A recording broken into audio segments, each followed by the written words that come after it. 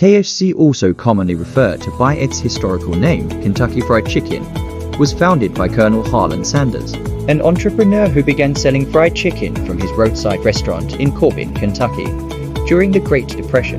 Sanders identified the potential of restaurant franchising, and the first Kentucky Fried Chicken franchise opened in Salt Lake City, Utah, in 1952. KFC popularized chicken in the fast food industry, diversifying the market by challenging the established dominance of the hamburger. Branding himself Colonel Sanders, the founder became a prominent figure of American cultural history, and his image remains widely used in KFC advertising. The company's rapid expansion made it too large for Sanders to manage, so in 1964 he sold the company to a group of investors led by John White Brown Chair and Jack C. Massick.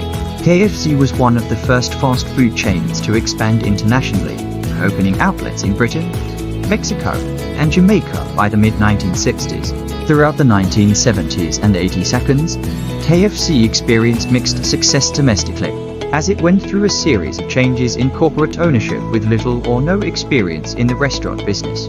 In the early 1970s, KFC was sold to the spirits distributor Hublin, which was taken over by the R.J. Reynolds Food and Tobacco conglomerate, which later sold the chain to PepsiCo.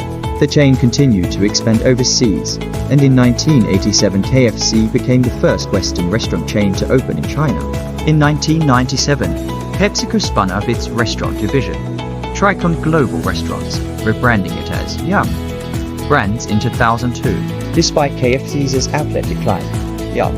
Has grown in Asia, South America, and Africa, with 18,875 outlets in 118 countries, including 4,563 in China. Harlan Sanders was born in 1890 and raised on a farm outside Henryville, Indiana.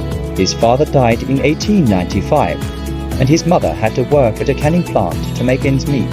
As the eldest child, Sanders, at the age of 5, was left to care for his two siblings. When he turned 7, his mother taught him how to cook. After leaving the family home at age 13, Sanders pursued several professions, including railroad worker and insurance salesman, with mixed success. In 1930, Sanders took over a Shell filling station on US Route 25 at the point it split into East and West spurs outside North Corbin, a small city on the edge of the Appalachian Mountains. By June, he had converted a storeroom into a small eating area using his own dining table, serving meals such as steaks and country ham to travelers. In 1934, Sanders took over the lease of the pure oil filling station on the other side of the road, due to its greater visibility for motorists. He then began to sell fried chicken to improve his skills. Sanders took an 8-week restaurant management course at the Cornell University School of Hotel Administration. By 1936, his business had proved successful enough for him to be given the honorary title of Kentucky Colonel by Governor Ruby Laffoon. In 1937, Sanders expanded his restaurant to 140 seats, and in 1940, he purchased a motel across the street, the Sanders Court and CAF. Sanders was dissatisfied with the 35 minutes it took to prepare his chicken in an iron frying pan, but he did not want to deep fry it. Although a much faster process in Sanders' opinion, it produced dry and crusty chicken that was unevenly cooked. On the other hand, if he prepared the chicken in advance of an order, there was sometimes waste at the end of the day. In 1939, the first commercial pressure cookers were released onto the market, predominantly designed for steaming vegetables. Sanders bought one and modified it into a pressure fryer, which he then used to prepare chicken. The new method reduced production time to be comparable with deep frying, yet, in Sanders' opinion, retained the quality of pan-fried chicken. In July 1940, Sanders finalized what came to be known as his original recipe of 11 herbs and spices. Although he never publicly revealed the recipe, he admitted to the use of salt and pepper and claimed that the ingredients stand on everybody's shelf.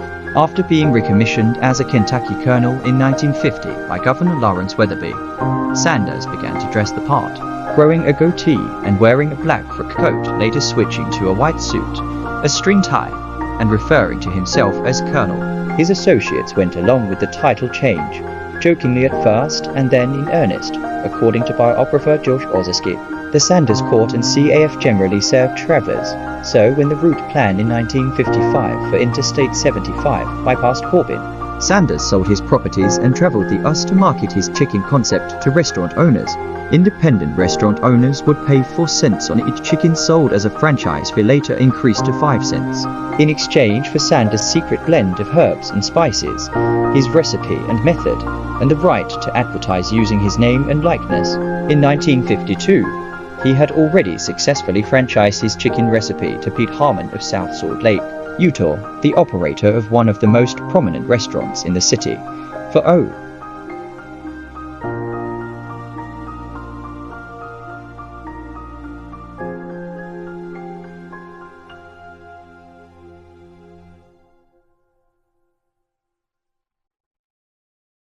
Rodney Alec Anderson, a sign painter from Roy, Utah, coined the name Kentucky Fried Chicken KFC, distinguishing it from Southern Fried Chicken. Pete Harmon, a key franchisee, tripled his restaurant sales in the first year of selling KFC. Harmon also trademarked the slogan, "It's finger-licking good," and introduced the family meal concept with a 14-piece chicken bucket.